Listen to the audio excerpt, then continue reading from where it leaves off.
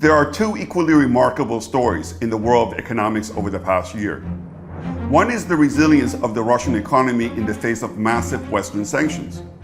The other is the dramatic reduction of Europe's dependence on Russian energy. The second story is remarkable because Europe did not go into a deep recession as a result. Indeed, the Eurozone economy grew faster than the US economy last year, and the euro has made a full recovery to its pre-war level against the US dollar. How did this smoother than expected decoupling of Europe from Russia come about? What are its long-term costs? Is it possible that the European response to the war will one day undo the euro?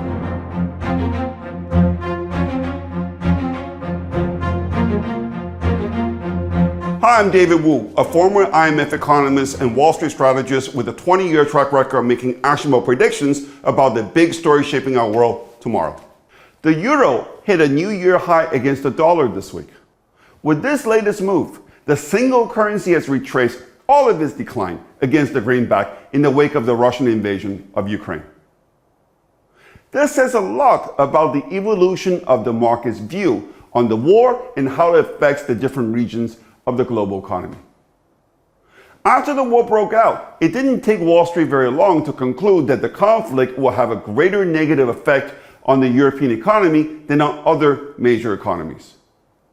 Not only was Russia an important destination for European exports, Europe was also highly dependent on Russian energy. And the market was right. European inflation soon soared while European growth slumped. This happened almost everywhere in the world, but in Europe, it was a bit worse. Given what I've just said, the full recovery of the euro is a testament to the dramatic reduction of Europe's dependency on Russian energy over the past 18 months. In the first quarter of 2022, 26% of the European Union's import of petroleum oil came from Russia. This share went to zero as of the first quarter of 2023. The shortfall was made up by increased imports from the US, Norway, and Saudi Arabia. In the first quarter of 2022, nearly 39% of the EU's imports of natural gas came from Russia. But by the first quarter of 2023, this fell to just 17%. Increased imports from Norway, Algeria, and the UK made up for most of the reduced imports from Russia. In the first quarter of 2022, 42% of the EU's imports of coal came from Russia. But by the first quarter of 2023, coal imports from Russia went to zero and had been replaced by increased imports from South Africa, Colombia, the US, and Australia.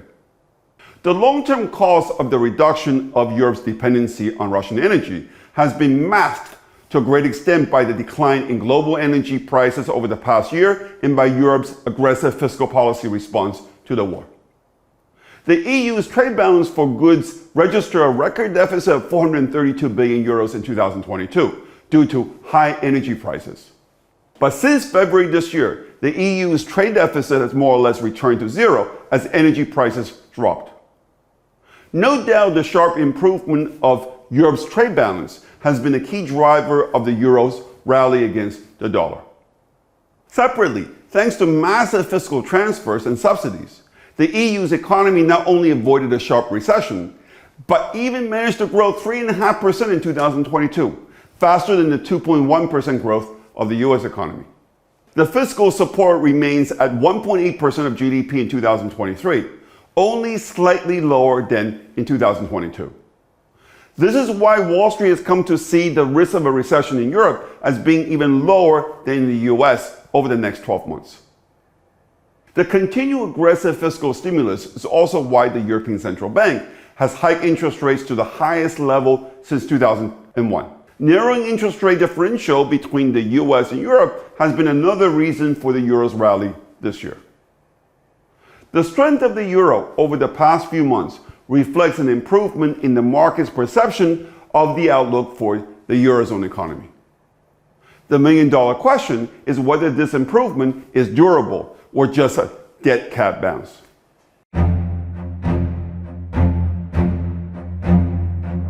Over the past year, Europe has dramatically reduced its dependency on Russian energy. By importing energy that has to travel a far greater distance to reach Europe.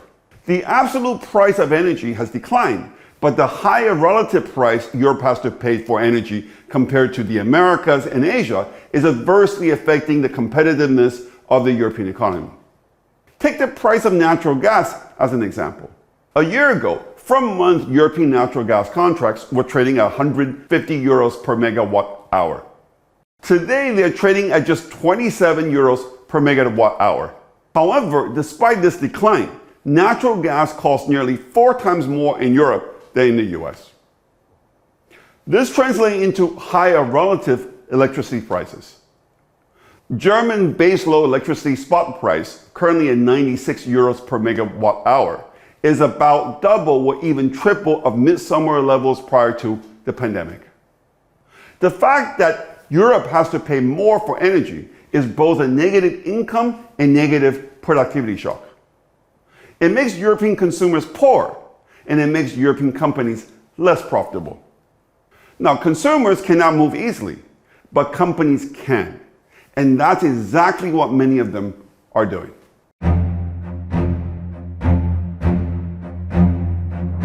BASF, the largest chemical company in the world that uses as much energy a year as all of Denmark, announced last year that it is permanently downsizing in Europe.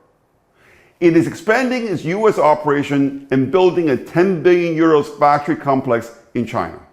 Meanwhile, this February, the company announced the shutdown of a fertilizer plant in its hometown of Ludwigshafen, which led to about 2,600 job cuts. Siemens, Europe's largest industrial manufacturing company, unveiled last month a 2 billion euro investment strategy designed to increase its global production.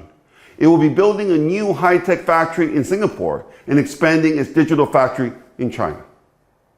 Volkswagen, the largest auto company in the world by revenue in 2022, is pivoting to China and North America. It announced in April that it would invest more than $5 billion in its planned battery cell factory in Canada, making it the company's largest such operation in the world and creating thousands of jobs. It also announced that it will be investing $1 billion in building an R&D center for electric vehicles in China. Consistent with the exodus from Germany, German domestic plant and machinery orders, a good proxy of capital expenditure spending in Germany, have been falling since the war started.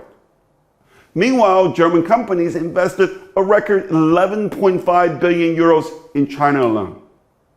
It should come as no surprise that German unemployment rate has been rising since the war. Over the past 18 months, it's gone from 5% to now 5.7%. Survey data suggests that the worst has yet to come.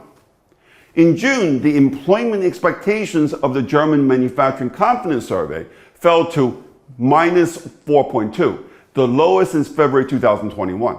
It is still higher than during the depth of the pandemic when global auto sales collapsed, but it is barely higher than during the Eurozone debt crisis in 2012.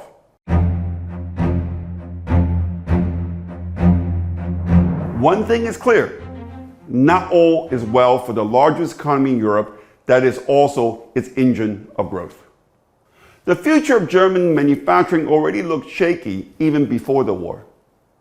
Germany is the world's premium car production hub. Of all premium branded vehicles produced globally, 65% are of OEM German manufactured. The car industry is central to the German economy. It represents 25% of the revenue generated by the manufacturing sector and 10% of the gross added value of the entire economy. It directly employs around 800,000 people and another 150,000 if we include supplier companies. Much has been already said about how Germany has fallen behind both China and the US in the development of electric vehicles. Moreover, building electric cars requires 30% less labor than cars with traditional internal combustion engines. Studies show that the loss of jobs in the German auto sector resulting from the electrification of powertrains in passenger cars alone will be about 150,000 by 2035. And this does not even assume any loss of global market share of the German auto industry. Following the European Union's decision to ban the sale of new fossil fuel cars starting 2035 to combat climate change, Europe is now the second biggest and the fastest growing market for electric vehicles after China. KPMG estimates that by 2025, Chinese companies with affordable EV offerings catering to different consumer needs will grab 15% of the European market share. This could cost billions of euros of profits for German car makers. When Germany sneezes, Europe catches cold. Porsche makes its top-selling Cayenne SUV in Slovakia. Audi has been churning out engines in Hungary since the early 1990s. And Miele makes washing machines in Poland. Have no illusion, the deindustrialization of Germany means the deindustrialization of Europe.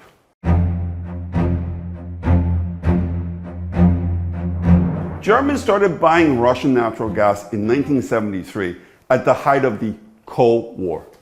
Angela Merkel, the former German chancellor, said last year that she had no regrets in her decision to increase imports of Russian energy. Cheap Russian energy allowed Germany to compete with the US and China. But Germany has now decided to do without Russian energy. Or was it the US that decided that for Germany? Seymour Hersh, an award-winning American journalist known for his work exposing the cover-up of the My Lai massacre in Vietnam, of the Watergate scandal, and the torture at Abu Ghraib, alleged that the US is behind the sabotage of the Nord Stream 2 pipeline. If indeed it was the US, it should be of no surprise to the Germans. It was JFK who was responsible for a NATO embargo on pipe exports from Germany to the Soviet Union. Ronald Reagan repeatedly pressured Germany to reduce its imports of Soviet natural gas. George W. Bush opposed the construction of the Nord Stream pipeline. And Obama was strongly against the Nord Stream 2. It is easy to understand the frustration felt by Washington. The US provided most of Europe's defense against the Soviet Union during the Cold War. After the collapse of the Soviet Union, successive US administrations felt that Germany was free riding America's security umbrella against unfriendly regimes. It can be argued that if the US had blown up the Nord Stream pipelines, it was acting in its own self-interest. But what about the leaders in Germany and in Europe? Are they right now acting in the interest of their own people, or are they just blindly following the orders from the US regarding the war? An article in the Wall Street Journal last week caught my eye. According to the article, European leaders have grown more assertive on Ukraine even as Washington shows more caution. The article says that many European leaders who pushed for talks between Kiev and Moscow last year have come to the view that no deal on Ukraine can be struck until Putin is routed on the battlefield or leaves power. I don't know what future historians will say about the actions of the current crop of leaders in Germany and France today.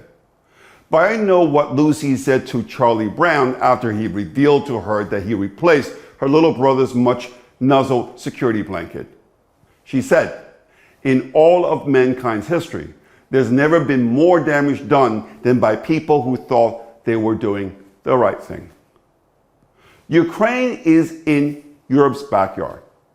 In my humble opinion, the unwillingness or inability of the current European leadership to prevent the Ukraine war from getting worse may one day undo the euro. If you got something out of this program, please hit like and subscribe to my free YouTube channel. Let me know what you think by posting your comments on the video. If you want to learn more about my investment strategy, come visit us at davidwuunbound.com. Thank you for listening.